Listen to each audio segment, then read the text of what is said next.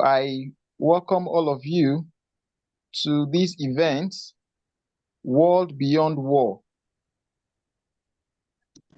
So the objective of this meeting, what should you expect as we delve into this event? We'll be looking at factors that are responsible for the escalation of out-of-school children in Nigeria, and then we would look at actions on how to mitigate the challenges in Nigeria. So we have different facilitators who would be anchoring these sessions. I would want to introduce a few of them. So here with me we have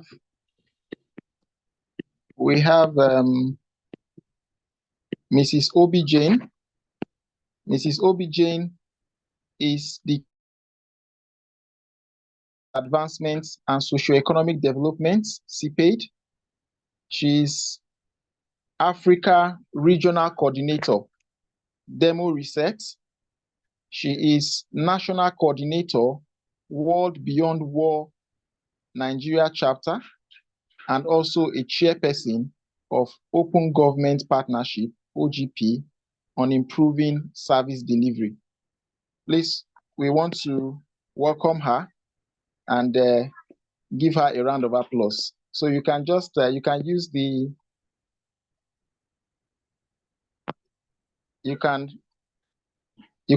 reactions down to welcome our speakers. So the second speaker we have here is Olugo Cletus. I want to welcome you, sir. Mr. Cletus is an experienced economic diversification and development strategist person. He is into conflict and business development, and he has worked with various international organizations. He has over 19 years of cumulative experience. He is currently working as the Nigeria Local Coalition Accelerator, country lead with Share Trust. So welcome, sir. We also have Dr. Aderonke Kujori. She was born in Lagos. She attended Unilag Nursery School. In the earliest days of her career, she focused on leading projects and programs in the technology and financial service industry. She has been dedicating her time and effort to technology, consulting locally and internationally in the private sector and government.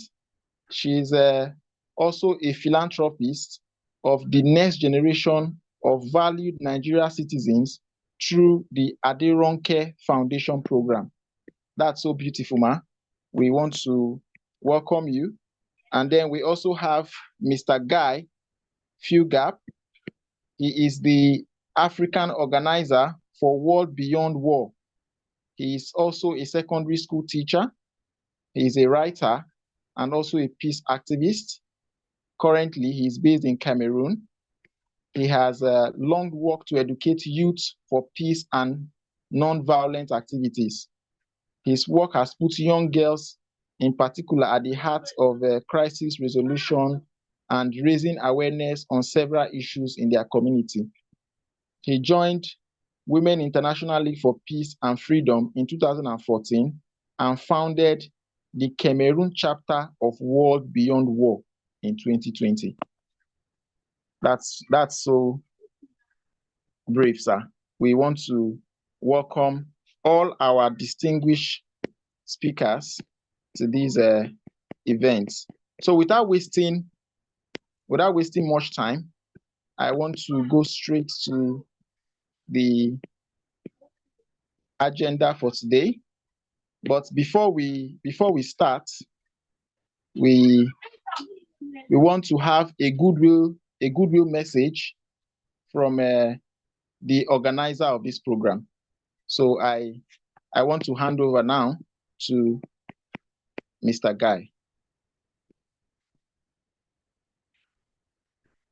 Thank you, Victory, for giving me the floor. It's just a few word message. I'm glad to host this event on behalf of World Beyond War.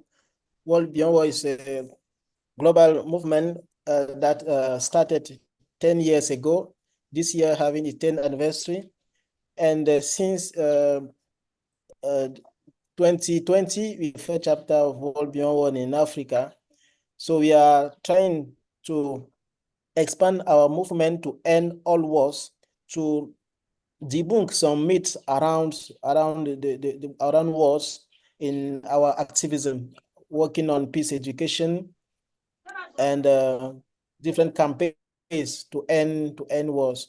In Africa, we have so far 13 chapters in Africa now for World Beyond War. In Nigeria is one of these active chapters. So we are pleased to have this event on the phenomenon of out-of-school children. That is part of the activities that World Beyond War Nigeria is holding at parts of its National Congress. So welcome to everyone and hope we have a good discussion today. Thank you. Thank you so much, sir, for that welcome remark and goodwill message. So we now want to proceed to the next on the agenda. We want to invite Mrs. Obi Jane, National Coordinator, World Beyond War, Nigeria chapter. She will be talking on the topic, out of school children and effects on national security. Mrs. Obi Jane, you have our attention. The presentation could be shared. From this, you can see what school dropouts and out of school children has become. Many are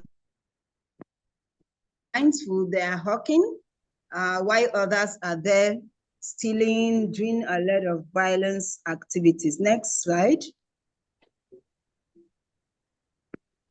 Next slide. Yeah, these are my goal. And without time, let's go to the objective. Why am I speaking on this?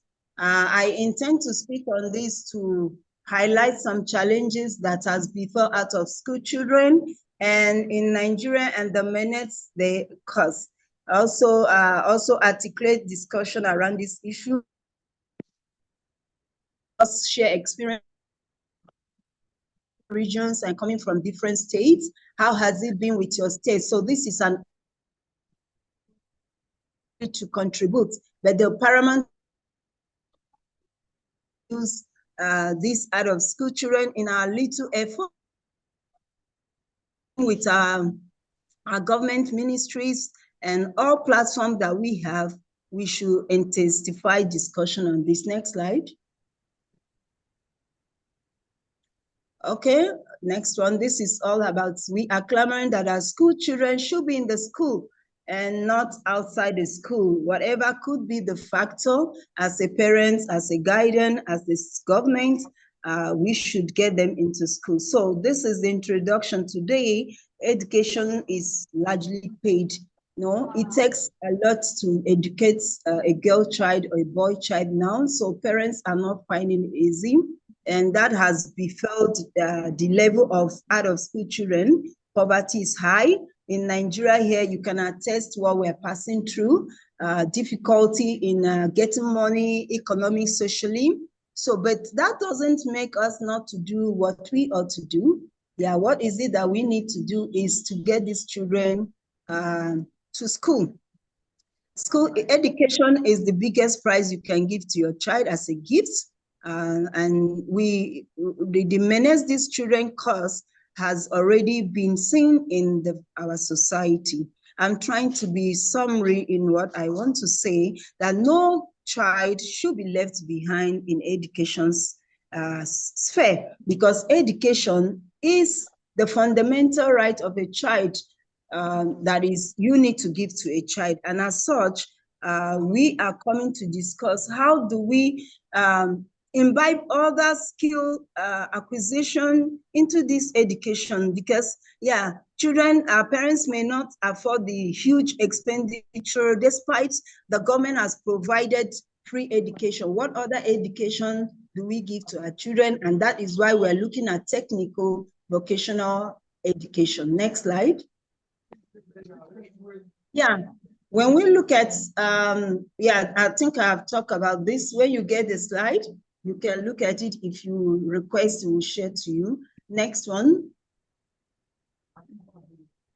This is statistical representation. When you look at this statistics, it shows that out of 6 children, 3 are not in school. Now, this, the age of 6 to 18. Now, the challenge is that at about 10.2 at the primary level and not in their primary school, basic level, because primary school is the basic level of the child. Then 8.1 million at junior secondary school. Then 12.4 million, 5.5 is also left out in their early age.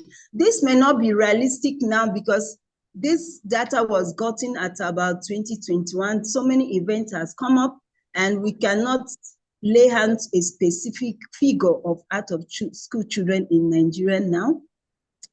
So but we are hoping to work with Federal Bureau for Statistics if they have a current data. But for this presentation, this is what we could able to get.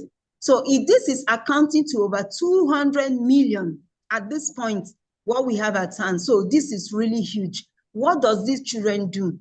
They go out of the school, out of the streets. Some are hawking, some are stealing.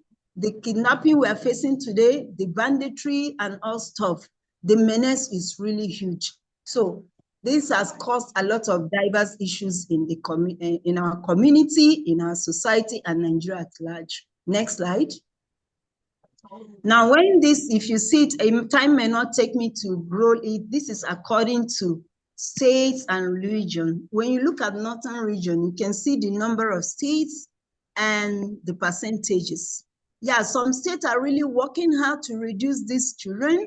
Some state governments are really working hard to put a lot of interventions that would promote technical vocational studies, formal and informal education, yet there is still large number. If you look at the percentage, Southeast and Southwest, I couldn't lay hold on South, but Southeast and South is merged here. So when you look at it, no matter how each region try to work, you see the percentage is still high. Next slide. Okay, now the question is like this, the topics talk, the role of government in technical vocational education training. Permit me to go through this one so that it form our basis of discussion. Out of children enter the labor force at early age. If you look at the picture, you can see how tender they are, and they're already hawking, they're trading, they're making their own money. So what will you talk about education? What kind of incentive will you bring in when a child is already exposed to getting money? As a parent, you have lost the authority because he can provide for himself. So what makes you different from him? So they are out of streets early in the labor force, making money and living some itinerant lifestyle that makes this opportunity cost of schooling high. And how can government come in to help in? Is policy formulation, implementation, and regulation. The government sets policy that established. We are trying to talk here that can our school, I remembered way back like 70s, 80s, we have this incorporated in our curriculum. We have it incorporated. There's facilities where people go, technical working, carpentries, whatever you want to learn is in the school facility. But right now, I don't see where it's happening. Can we bring it? So governments need to formulate policies that maybe enshrined through the curriculum and also setting facility where these children can come in and learn this technique. Even they are not enrolled in the school, but they can come in or even in the community, set it up and they come in and learn so that they can fit in and be out of school. Then there's need for funding resources. Government needs to appropriate budget allocation for this. Technical vocational studies in school, not only entrepreneurship and literally, let's have the practical aspect of it. There should be a facility equipped for that purpose. Next slide. I have talked about curriculum development that enshrine this TVE. Also, there's the need to quality assurance. Let the ministries and MDAs that are key in monitoring and evaluation to ensure that these activities are really implemented in a quality standard. Mind you, we're talking about quality education. Then there should be industrial collaboration and partnership. Yes, TVT is a very huge expenditure. It's a very huge set of education. There should be partner. Private sectors need to come in. Companies need to put in their corporate social responsibility into it, so there's a need to be collaboration. NGO also, we are working in a diverse way. For those with funding, they need to support government on these aspects. I think I've talked about financial equity and accessibility. Then there should be public awareness. This is where civil society comes in. Sometimes these parents do not know their roles. No, it's not about bringing up a child, giving birth. It's your responsibility to educate this child, not only giving them sound education. Let them have some technical or vocational handwork, skills, so that if they cannot find that job at the end, they can be self-reliant. So we need to also work with national orientation. In our states, we have them. That in the local government, we can also partner with them because they have this platform. Then community steward.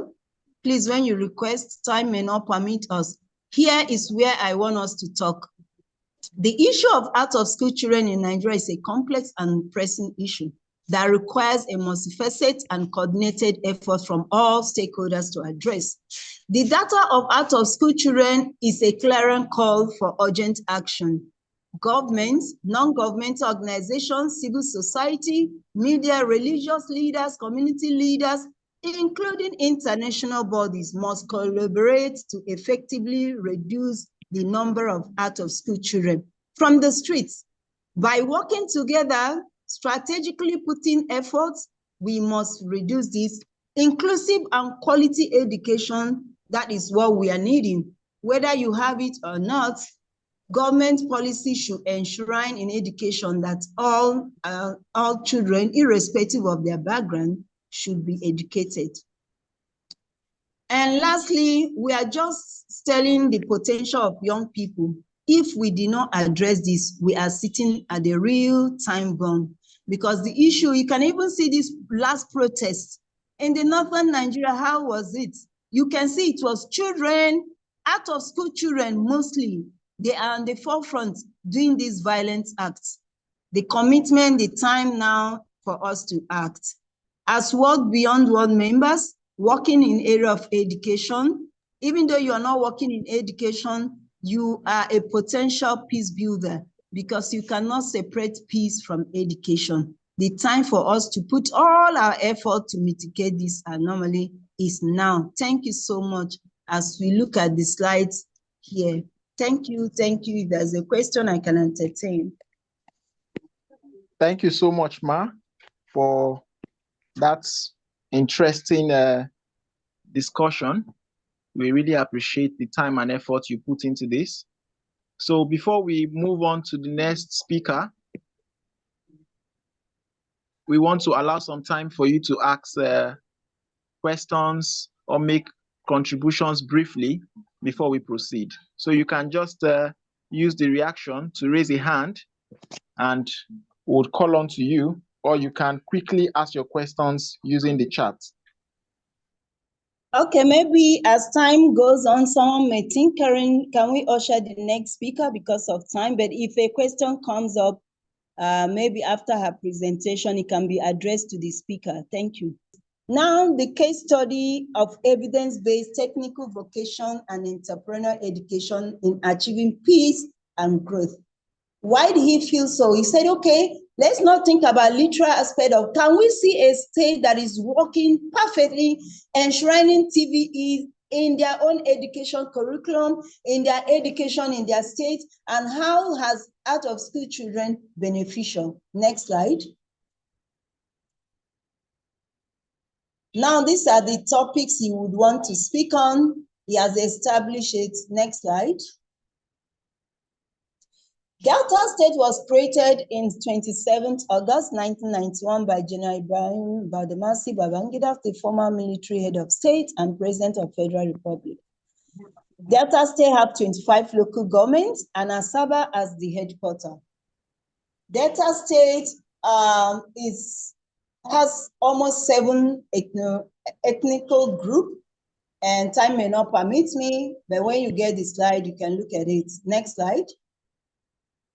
Now, Delta State and TVT, the idea of technical, vocational, and entrepreneurial education, as well as training, is a strategy for peace building and growth. This is because His Excellency Dr. Emmanuel Ewetam Udahan, in 2010-2015, deemed that he should collaborate with UNDP and UNOPS to implement Niger Delta Conflict Resolution and Job Creation Initiative for youth in the states. So this set of intervention was in Sapele, Agbo, Kwale, Ofagbe, and Uyeli. Next slide. Nevertheless, the establishment of Delta Multipurpose Youth Training Center was established in Iboko do Warri by state governments, and also it was in 2011 transformed. This set of intervention that was set in Iboko has also established an MOU with Denmark School of Production and Loughborough College of England, sorry. So this has helped to shape the philosophy of technical vocational education training in the state. Next slide. So, when the Senator Arthur Ifeanyi Okowa took over as a governor in 2015, he also deemed it fit that he, through the Ministry of Technical and Vocational Education, to establish Job Creation Office, because he saw a lot of youth roaming about the street, not working, not doing anything.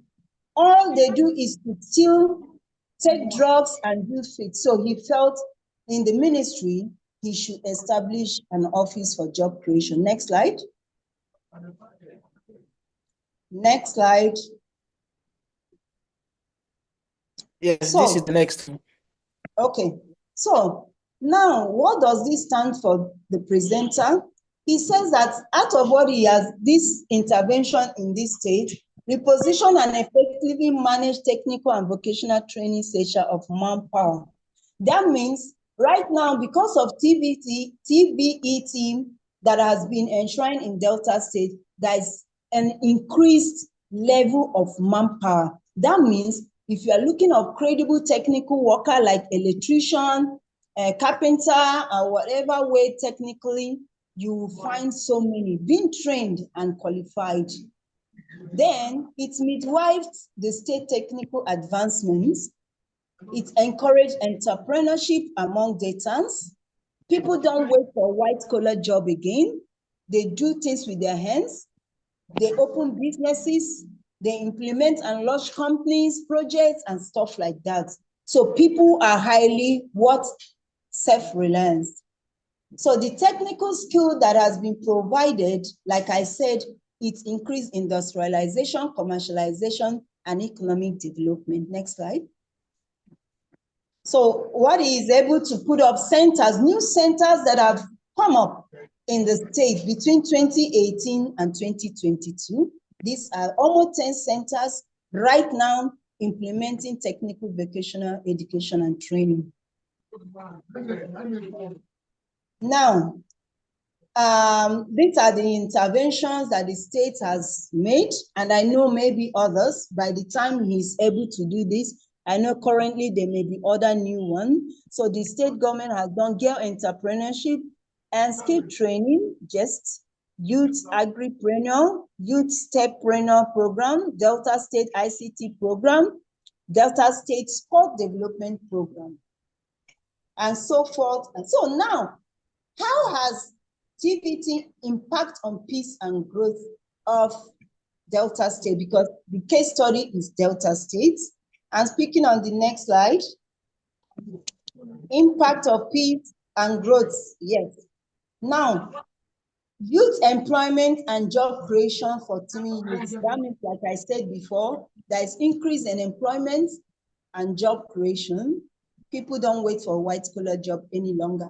Improved food security and food export. People go to farm. Like I said, there's an intervention on agripreneur. So people diversifies, mechanized agriculture. And I know, even if from the history, Delta State is food basket, and they have a lot of fruits. It reduces youth violence. For us, we know that this adage, an idle man is devil's workshop.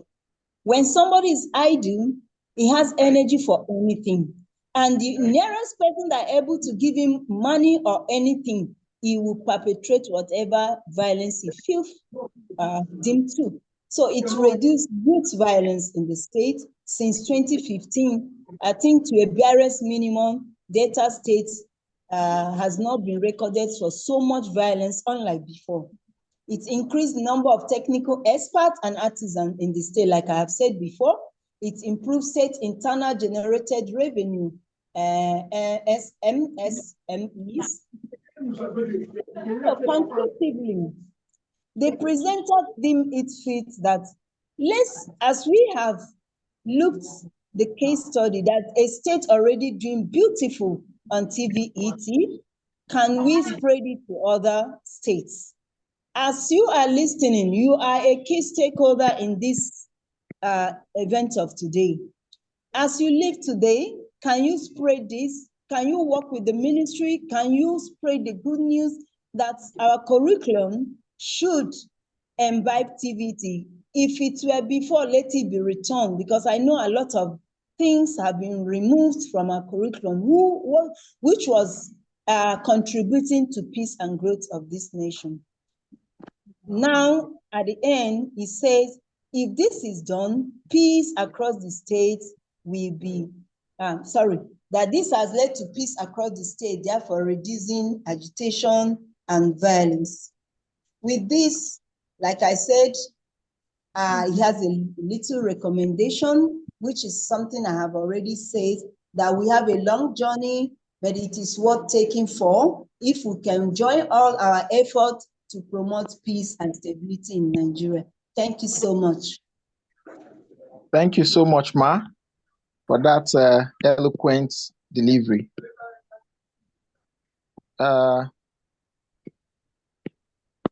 Mrs. Obi Jane has just discussed the case study of Delta. Am I correct, Mr. Guy? Yes. We just want to give the floor for a few questions. So if you have any question, you can raise a hand and we'll just call on you. So in the meantime, we want the next speaker to be ready, Dr. Adironke Kujore from the Adironke Foundation. Do we have Mrs. Adironke? I am here, but it looks like you have a question from Charlotte. Okay, please. Charlotte, please. Go ahead with your question.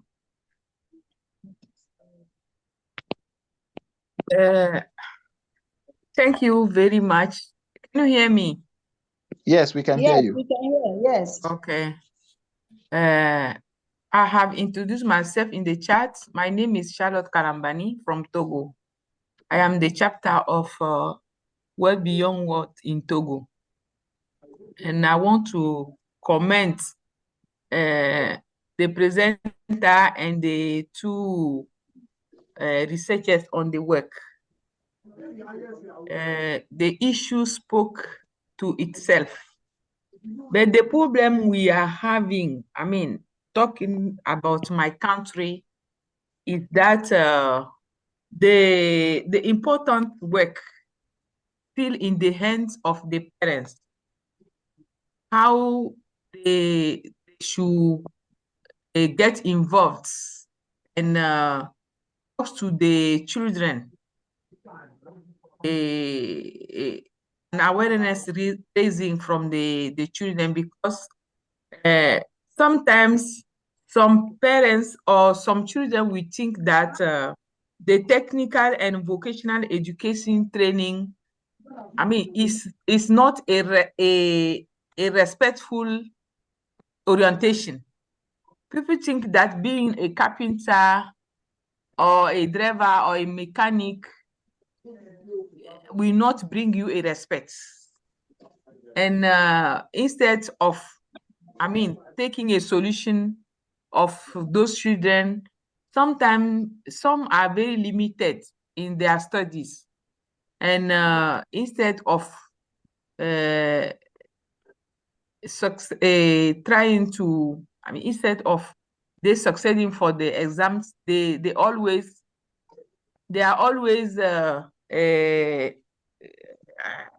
I like the words. I mean, they can for one class they can stay there for 3 years, and this is when they will start saying that, oh, I want to get out of the school. And then when they get out of the school, you are getting out of the school, what are you thinking? What is the next way? What is the way forward? So I think the most of the work is still on the shoulders of the parents, so that they do the most of themselves to reorientate the children. Otherwise, we'll keep on having them in the streets, because at the beginning, yes, they will be taken to the market to be selling those small things, and then later they will be fed up, and then they will now start looking for the easiest way of getting money. That's when you hear the issue of sex, issue of robbery, and all the other, I mean, type of violence. Thank you very much. Thank you so much, Ma. I don't know if Mrs. Obi wants to react to that.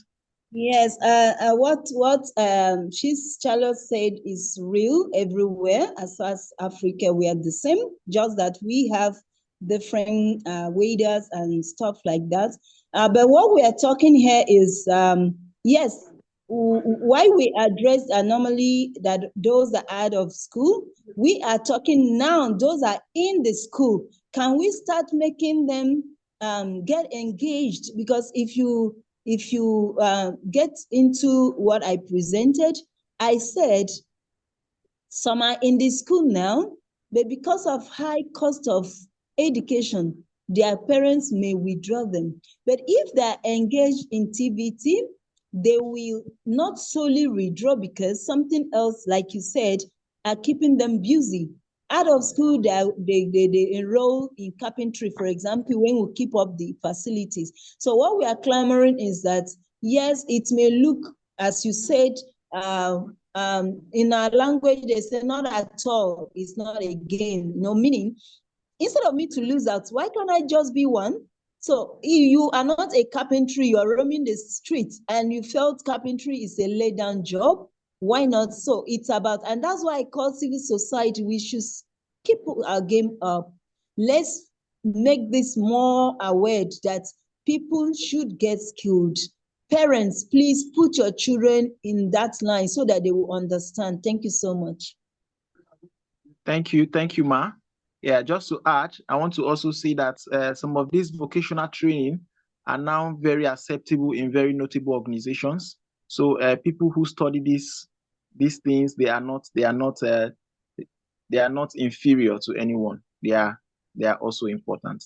I think we have another question. Somebody who wants to ask a question, Umar Musa.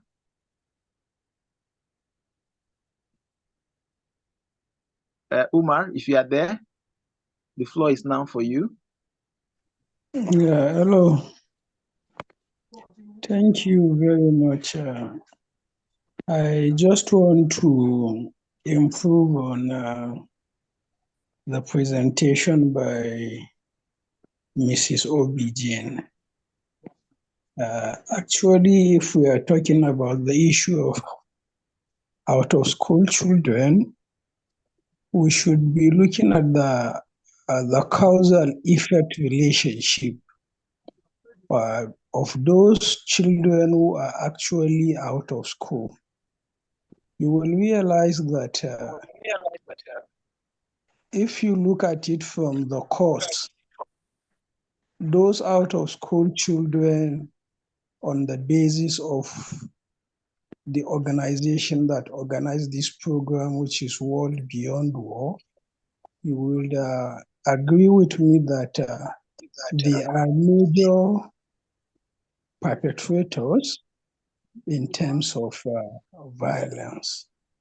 And the negative effect these out-of-school children contribute to the society is that they stagnate growth by contributing to a lot of social problems that actually occur in the society, especially in Nigeria.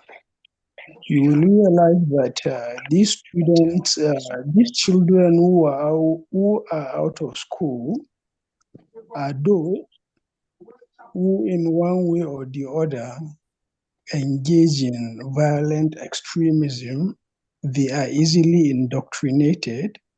And another thing we should also look at from the perspective of the causal effect is to look at how these children themselves actually perpetrate, the issue of not allowing growth to actually occur in the society. There is also another perspective or issue that we should actually look at. You will realize that if we agree that children that are out of school is a problem in the society, then what role is the government playing? You will find out that public schools themselves are actually inaccessible. And when they are accessible, infrastructures are low, or infrastructure themselves are poor and unbearable.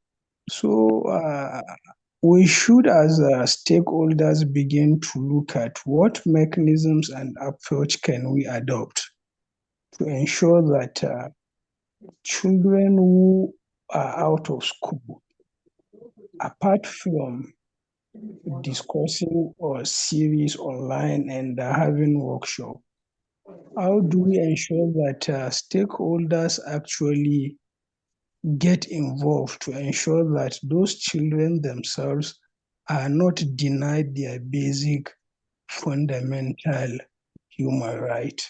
There is also, I think, I appreciate the aspect of the TVET approach, but you will agree with me that some of these children themselves who are actually out of school or in school do not actually have some technical know-how to actually participate in some of these vocational activities.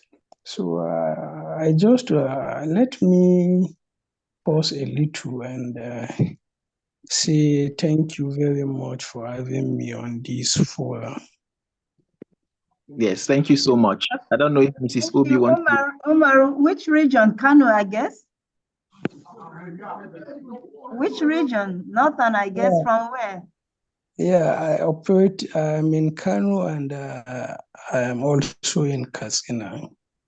Okay, okay. You know why I asked? Because this is a seat of seat of violence, I know, but I think your contribution are really valid. But what we are saying in the world we are now and Nigeria, it's not really again the way we grew up with. So we are bringing alternatives to making sure that things don't get worse. But I know with you and everyone, if you put all efforts, I know you may not bring down the number, but I think it will reduce it. So with this, can we go to the next speaker? Time is behind us. Thank you so much. Yes, so Mrs. Adironke, Dr. Adironke Kujuri from the Adironke Foundation. Sure, thank you so much. It is an absolute pleasure to be here. Just give me one quick second and I will display my slides. That you're able to see me and see my screen? Yes. Okay, fantastic. Thank you so much for this opportunity. This is definitely a topic that is near and dear to my heart, so I appreciate the opportunity to speak on it. But more importantly than that, the opportunity to be in the room with all of you that I will call my brothers and sisters who have a concern for this similar issue as I have here. As I've been introduced, my name is Dr. Adironke Kujore. By day, I work in technology in the oil and gas industry in the US. But by night, I am actively working in Nigeria with Adironke Foundation. You can take a look at our website to see some of the work that we do. But a big part of the work that we do is around out-of-school children. We do a lot of advocacy, and we also do work in trying to re-enroll some of these out-of-school children in school. What I wanted to talk about today is a couple things. I wanted to go back to talking about this topic of understanding out-of-school children. And the reason why is because oftentimes there are a lot of myths about who they are. And I'll give you some examples of that as we go along. Also want to talk about the whole concept of Almajiri, the Almajiri child. It's funny when we talk about out-of-school children, oftentimes we show pictures of Almajiri children and they are not necessarily considered out-of-school children. So I'll talk about that a little bit just to shed some light into that space. Obviously, from a national security perspective, it was good to hear my brothers and sisters talk about the fact that this is a serious issue. I talk about it as a ticking time bomb with the hopes that we will bring attention to it and do something about it as quickly as possible. I'll also talk about recommendations for an improved state, what we can actually do practically to make things better, and a call to action. I know that one of my sisters earlier had asked about the role of parents with out-of-school children, so I'll speak to some of that as I walk through my slides. I know that we don't have a lot of time, so bear with me as I try to speed up and rush through. I may need to leave the call a little before the half hour, but I will leave my contact in the chat. I'd love to stay connected with everyone. So really quickly, just on understanding the topic of out-of-school children, what is so funny here is oftentimes when people talk about out-of-school children, we usually put pictures of Almajiri children out on the, out to describe them. And yes, the Almajiri child actually is not out of school many times. But in terms of the numbers, like someone had said earlier, I think we have roughly between 10 and 20 million. Those are very rough estimates. And the reason why is we do not have a good way of accounting for all of these children across Nigeria. One of the recommendations that I will give as we get closer to the end of my presentation is actually a way that we can actually account for who they are and where they are without mixing them either with groups like the Almajiri or without also mixing them with parents who no longer want to take responsibility for their children and then oftentimes raise their hands that their children need help because they're out of school. So I'll talk about that in a little bit.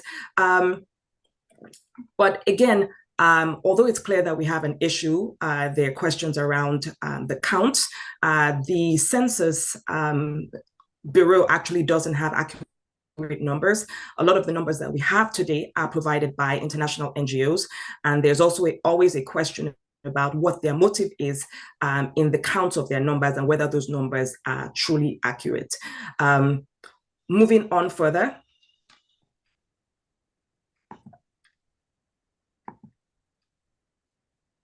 Who is an out-of-school child? An out-of-school child is any child that is not in any form of school at all. And this brings to the topic of Almajiri, the Almajiri child. Almajiri children are actually children that their parents send to receive an education. They're usually in Islamic schools or what they call Sangaya schools. So they're really not out of school. The type of education they're getting may be different from traditional school because it's Islamic and that's the focus.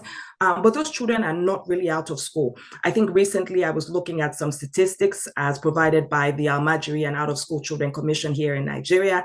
And they were talking about that there are an estimated 30 million Almajiri children on top of the estimated 20 million out-of-school children across Nigeria.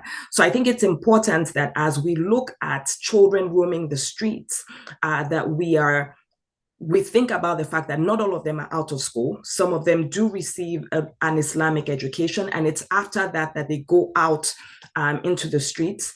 And also just the fact that the children who are out of school can be of different ages.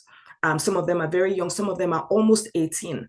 And the issues that they have are very different. So the solutions that we prefer to them have to meet them where they are. The solution to a 3-year-old or a 5, 6, 7-year-old out-of-school child has to be very different from the solution for an out-of-school child that is 17, 16 years old and has never been in school, or even the ones that have been in school for a few years and unfortunately had to drop out of school for one reason or the other. A little bit of history in terms of some of the insecurities that we see in Nigeria today and how that came about. Again, my understanding here is that somewhere in Maiduguri, in the northern part of Nigeria, we had children that were going into Islamic schools to learn Islam, which is a religion of peace. But unfortunately, through improper indoctrination, running into the wrong doctrines, some of them started thinking, taking up this idea that Western education is not good. And initially it wasn't a bad thing. Everybody has their right to, different forms of belief. But at some point, some people began to radicalize the groups that were in that small area in Maiduguri, roughly around 2001 to 2009. And it is that radicalization that began to spread as Boko Haram today, and obviously started out in the north, but has been spread, but continues to spread to provide insecurity across the country. I think the big thing there to note is all of this started in one small community. And it is important to know that little drops of water make a mighty ocean. So just as something of such negativity could have spread from one little community, we have the power to spread goodness from the little corners of where we are across the country and obviously across the continent as well. I think one of the critical things that we need to be thinking about is proper Islamic education, helping these children understand what they're actually chanting when they're reciting the Quran, so that they understand that Islam is a religion of peace and not of war. This next slide really just highlights the fact that we have a ticking time bomb. I think oftentimes when you talk to Southerners, especially in Nigeria, they look at it as a northern problem. And it's important to know that it's no longer a northern problem because the insecurities that started in the north are beginning to flow across the country and are also beginning to take different shape. So what started as Boko Haram is beginning to take shape in other forms of insecurity and insurgents across the country. So it is not something that we can be quiet about or do nothing about for much longer. Recommendations for an improved state. First of all, I think there needs to be national stakeholder engagement. I know that we currently have in place the Nigerian Out of School Children Commission, and they have talked a little bit about engaging stakeholders across the country. So people like me who are advocating for out-of-school children are looking forward to that national stakeholder engagement so that everyone is involved. It is difficult to provide a solution for people when you are not them, or it's difficult to provide a solution for people without engaging them. I think we had that problem here in Nigeria a few years ago when President Jonathan went ahead and built a number of schools. I believe roughly over 100 schools were built supposedly for Almajiri children, but there wasn't enough stakeholder engagement and buy-in, and those schools in many areas are lying fallow for years on end with nothing being done to them. These are state-of-the-art boarding schools that were built with nothing being done with them for year over year, and children on the street because of the lack of stakeholder engagement. So it's important that as we propose solutions, that we are engaging with people in the communities and people that have sort of the connections to these people to help solve the problem. Also, I think it's important that we have a complete inventory of all our children. As I mentioned earlier, that has been a difficult thing to take account for. If you don't have a complete inventory of all our children across the country, it is difficult to then count who is in school and who is out of school.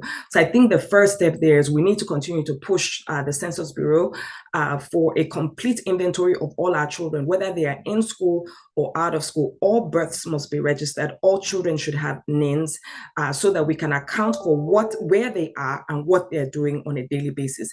It is from there that we will be able to extrapolate how many of those children are in school versus how many of them are out of school. The other thing that we do in some of the work that we've been doing is we've been trying to identify out-of-school children in various communities.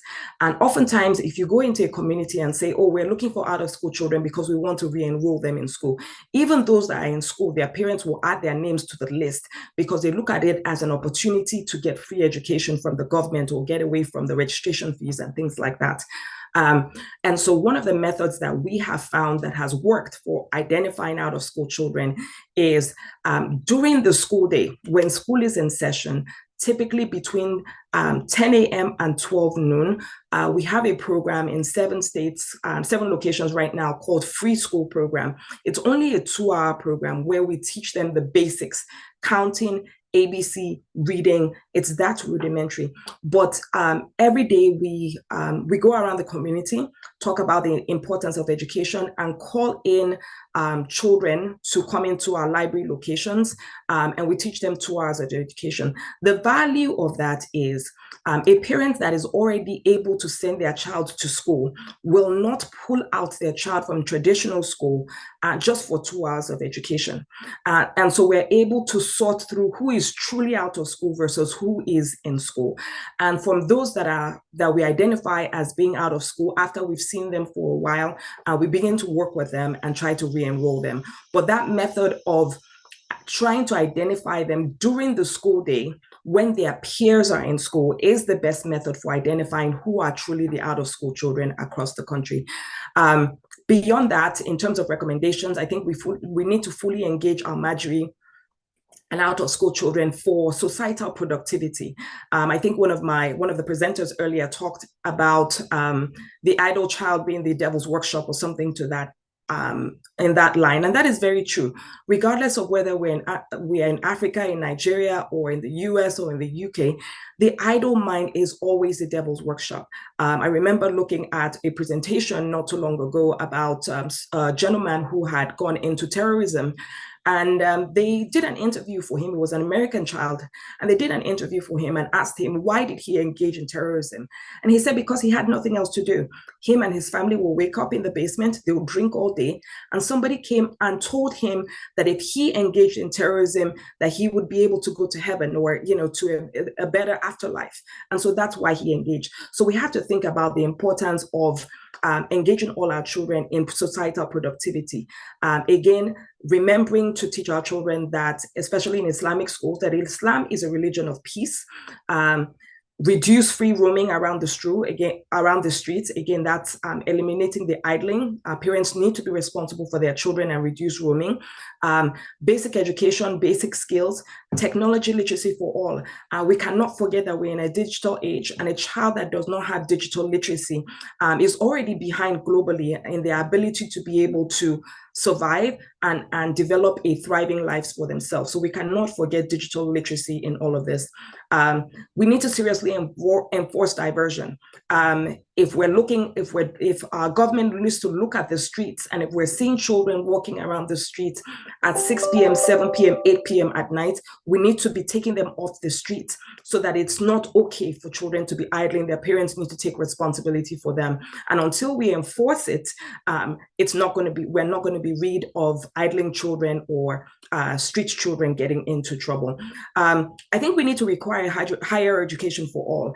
I know that that's not a common solution, but I think it's important because in today's day and age, there's so much more than, tailoring and farming.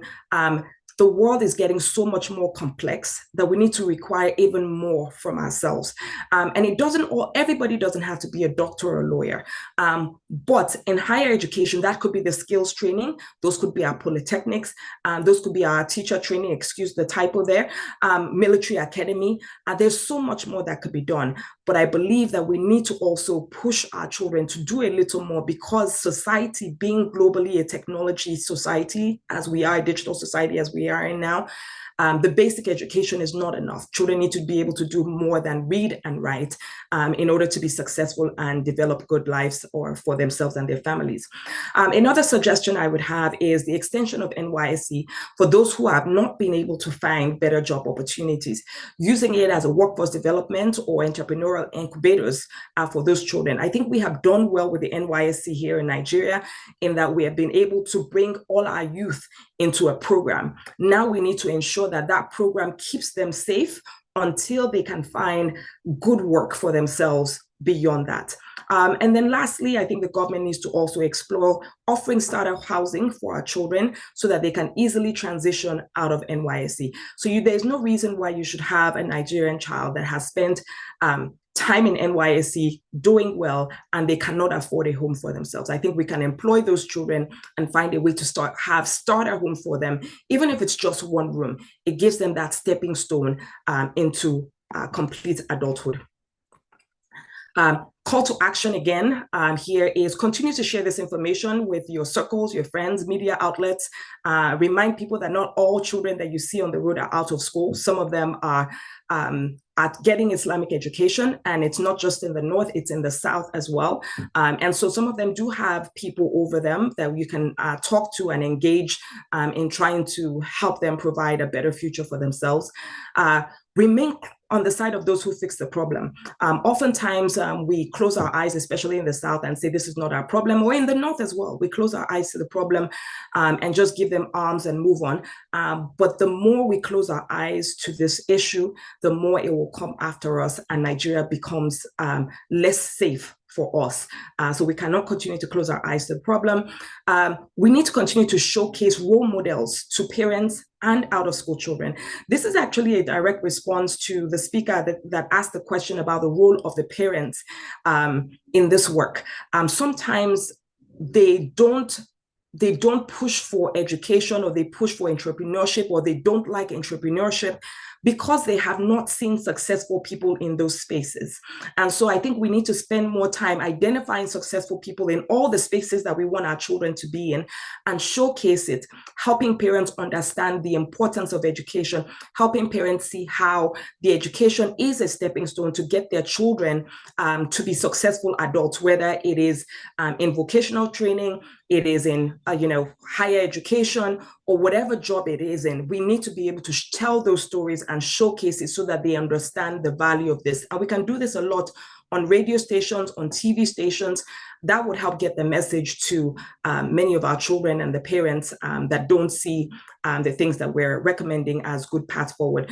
Reach out to NGOs doing the work and support. Obviously, my NGO is doing some work in that space, and I'd love opportunities to collaborate. And then ask the government for accountability. ensure that the government does not allow idling, especially at late in the late hours of the day. When we see areas where there are no schools, where there's no school in walking distance to a residential community, we need to call our government authorities to it, put it on social media, call their attention to it, because we need to have schools in walking distance to every Nigerian child. And then suitability. We obviously hear about schools collapsing and things like that. When we see those problems, we need to report it. We're thankful for social media. We need to report those things and make sure that actions are taken towards rectifying it. And then we also need to call our government to the elimination of school fees. Even in public schools, we often say that, oh, there are no tuition fees, but there are fees for little things here and there. And those are the things that prevent our children from going into school. Sometimes it's registration fees, sometimes it's, paper fee, desk fee, little fees. And those are what prevent some of our children from being able to stay in school. And then I would encourage everybody to follow the work of the Almajiri and Out of School Children Commission. They have started some work in this area. I know it's still very early for them and this administration, but I think we need to follow the work, ask them questions, demand accountability, and get involved. So those are my comments on the topic for today. I hope that has been useful or helpful to some, and maybe I can take one or two questions before I have to sign out. Okay, thank you so much, Ma, for that insightful presentation. Your expertise and passion really shine through. So Mrs. Dr. Adironke is ready to now take your questions. So we can take a few questions before. Okay, we have Umar. Umar, please.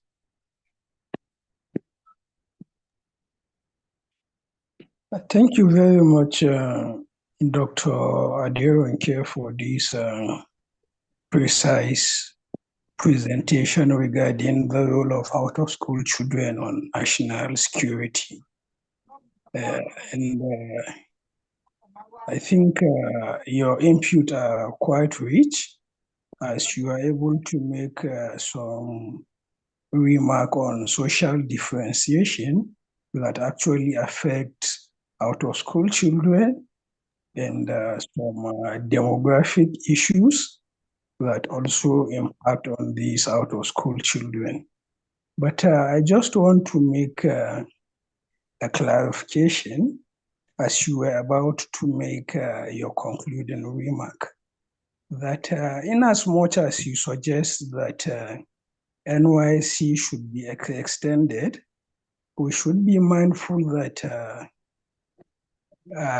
those students who have graduated from NYSC cannot be categorized as children, but as adults.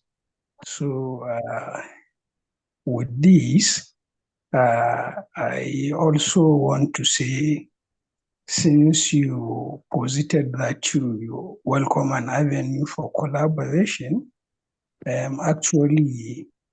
Okay, please, Umar, we are running out of time. We just have 1 more minute, sorry. Yeah, so I'm actually conducting a program that is actually on train young adults, and I will welcome avenue for us to talk more and improve on the areas of out-of-school children. Thank you. Thank you so much. Thank you so much. So you can ask further questions using the chat. So we now want to invite Mr. Guy Fugap, Africa organizer for World Beyond War. So you have our attention. And I would also like to thank the other speakers who earlier talked about the phenomenon of out-of-school children, particularly in the context of Nigeria. We at World Beyond War, we take education as very important because the world we want beyond war should be made of with children that are well educated at this particular moment. That's why education is one of our key area of interest. Yes, I want to look at some of the impacts of violence and wars on the education of children in Africa, because the phenomenon of out-of-school children is also due to lots of violence and wars that we have in our continent and close to us in Nigeria and in Cameroon. First, the wars and conflict has caused a lot of displacement. Yes, conflict, and in this case, lead to displacement of the whole families that force children to flee their homes and communities. The displacement here disrupts their education, as they may end up in refugee camps or temporary shelters where educational facilities are not adequate at all or do not even exist. This is a huge problem in Cameroon because people have fled from wars in the northwest and southwest region of the country to go to the French-speaking part of the country.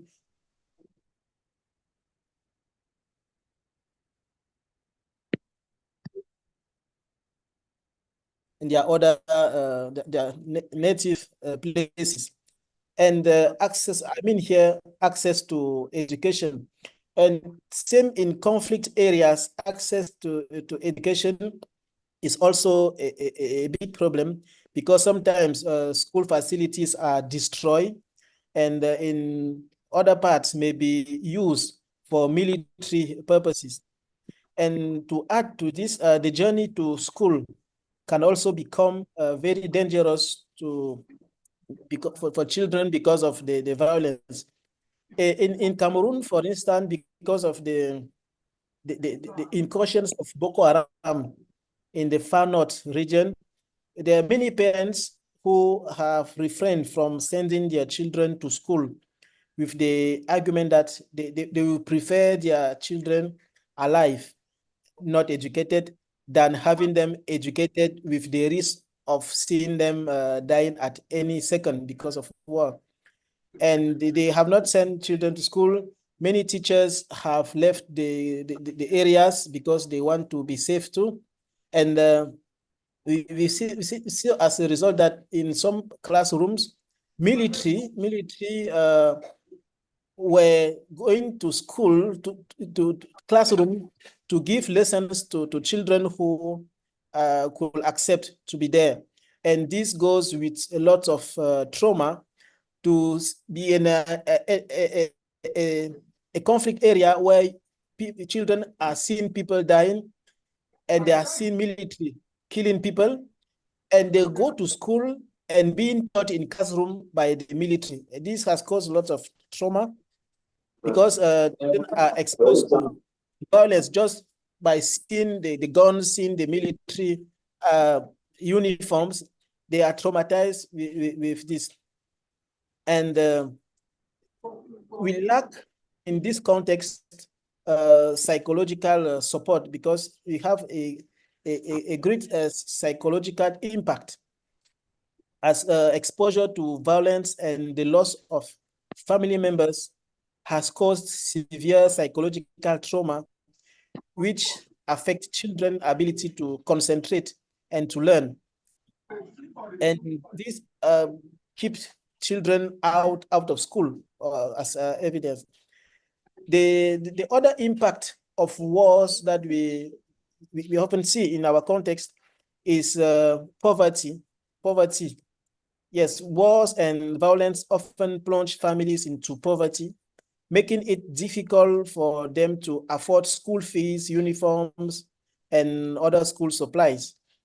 Children have been forced to work to support their families instead of attending school. We have in our communities many children. We see many children in markets, in the street, selling things because they want to secure some money to help their parents, as they say, pay their school fees. We saw at the very beginning when Jane was presenting, showing a picture of some of this train in the street, and the picture that we have. This is a very sad picture of children being used because it is exploitation of children, and sometimes we don't blame their parents, but it's a fact that it is not normal at all, because we have wars that we have to address. And I will talk about maybe last one or two more things as we are running out of time, that the governments in conflict zone have also diverted funds from education to military spending. And this has reduced the resources that are available for schools and for teachers. We have recently strike in Cameroon because teachers are asking for better condition.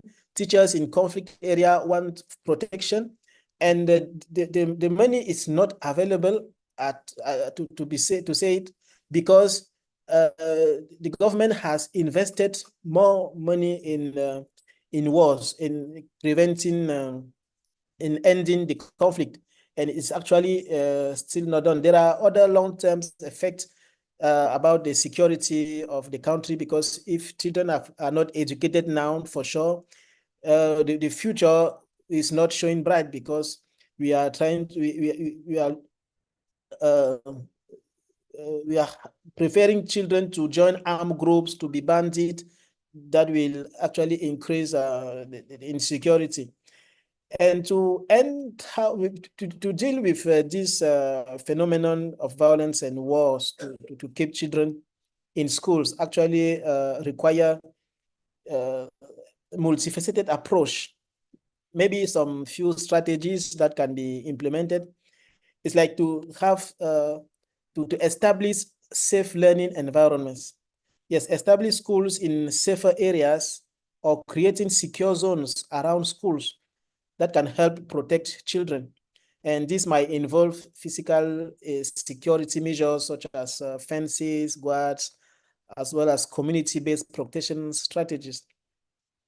And there is also a big need of providing mental health and psychosocial support to children that have been affected by violence and wars, and also providing same support to teachers who have been in conflict areas and who have seen atrocities because of war that have caused trauma to both children and teacher. We have to support them this way for able to continue their education.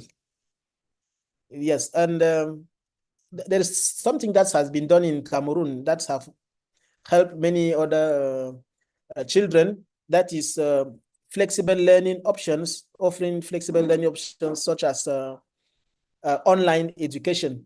Yes, the Ministry of Secondary Schools in Cameroon has created programs, including in radio and TV, to make people who cannot access schools to be able to be in touch with what is being taught in school.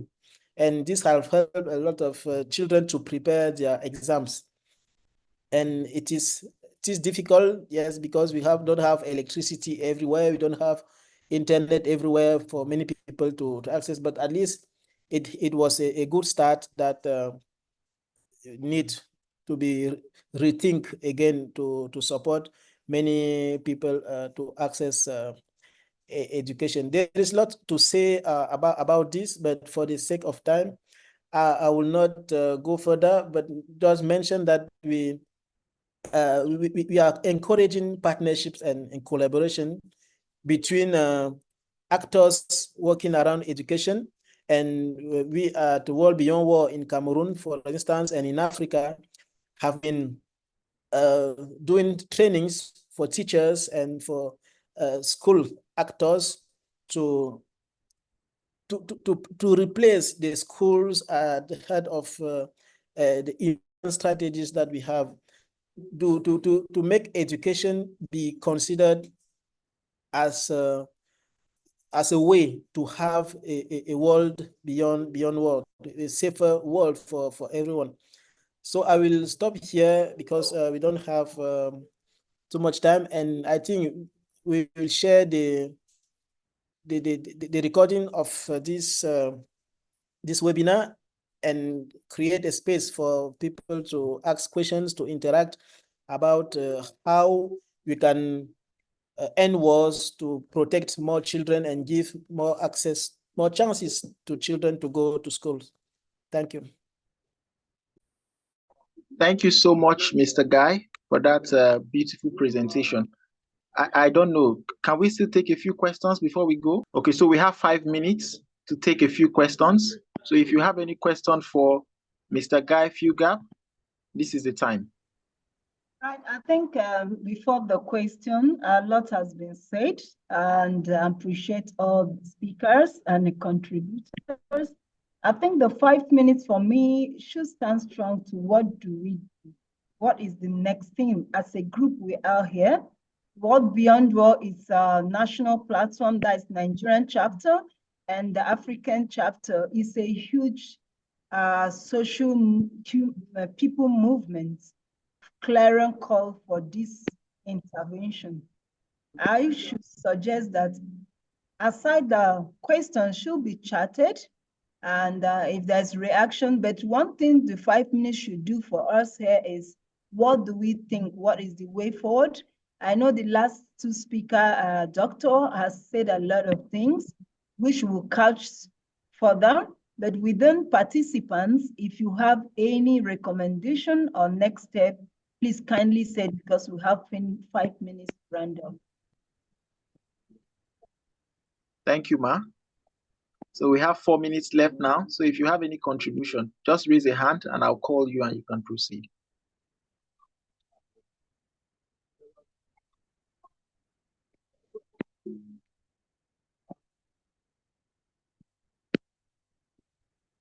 Okay, I think I cannot see any hand yet. So Mr. Guy, I think you can just give us a farewell message before we close. Yes, I'm happy that we had this discussion. It's very interesting, and it is important for us at World Beyond World to talk about the future of children, and the children have a bright future when they are educated. So we'll like to invite everyone to follow us on World Beyond War, our channels, our websites, in YouTube, to see what is being done in our education programs. We have online courses that we organize often, and we also have a lot of